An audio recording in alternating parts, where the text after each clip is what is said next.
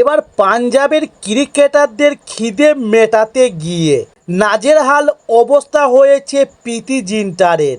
চলুন জেনে নিন সেই রাতে কি হয়েছিল প্রীতি জিন্টারের সঙ্গে দলের ক্রিকেটারদের। তবে আইপিএল মানেই ক্রিকেট আর বিনোদনের এক অদ্ভুত ককটেল। মাঠের খেলার পাশাপাশি এখন মাঠের বাইরেও নানা ঘটনা ঘটে, যা নিয়ে ফ্যানদের কৌতূহলের অভাব নেই। আবার এমন কিছু অজানা ঘটনা উঠে আসে বহু বছর পর। তেমন একটা ঘটনা গত আইপিএল চলাকালীন সকলকে জানিয়ে দিয়েছিল কিংস 11 পাঞ্জাবের অন্যতম কর্ণধার বলিউড অভিনেত্রী প্রীতি জিন্টা, যা অবাক করেছিল সকলকে। তবে এবার জেনে নেওয়া যাক সেদিন কি হয়েছিল প্রীতি জিন্টারের সঙ্গে। এরপরই প্রীতি জিন্টার জানিয়েছেন যে 2009 সালে যখন আইপিএলের আসর দক্ষিণ আফ্রিকার মাটিতে বসেছিল, সেই সময় পেটিয়া ভুমো দলের সঙ্গে ছিলেন তিনি।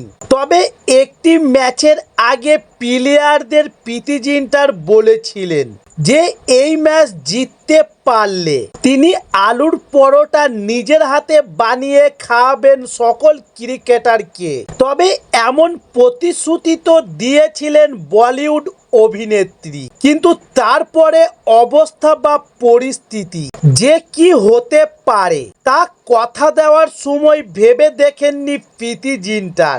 এরপর সেই ম্যাচ জিতে যায় তৎকালীন কিংস 11 পাঞ্জাব এবং ম্যাচ জিতে হোটেলে ফিরে গোটা দল। কিন্তু হোটেলের খাবার যুবরাজ সিং এবং ইরফান পাঠানের পছন্দ হয়নি। তারপর প্রীতির কথা মতো তার কাছে আলুর পরোটা খাওয়ার দাবি জানায় ক্রিকেটাররা। এরপর প্রীতি জিন্টার খুশিতে বানাতে শুরু করলেও বুঝতে পেরেছিলেন কত বড় ভুল করেছেন তিনি, কারণ মোট 120টি আলুর পরোটা বানাতে হয়েছিল সেদিন।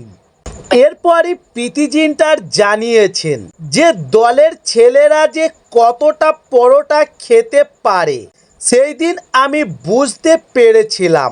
মোট 120টি পরোটা আমাকে বানাতে হয়েছিল, ফলে যুবরাজ ও পাঠানদের খিদে মেটাতে গিয়ে যে গদলঘাম অবস্থা হয়েছিল তা বোঝাই যাচ্ছে।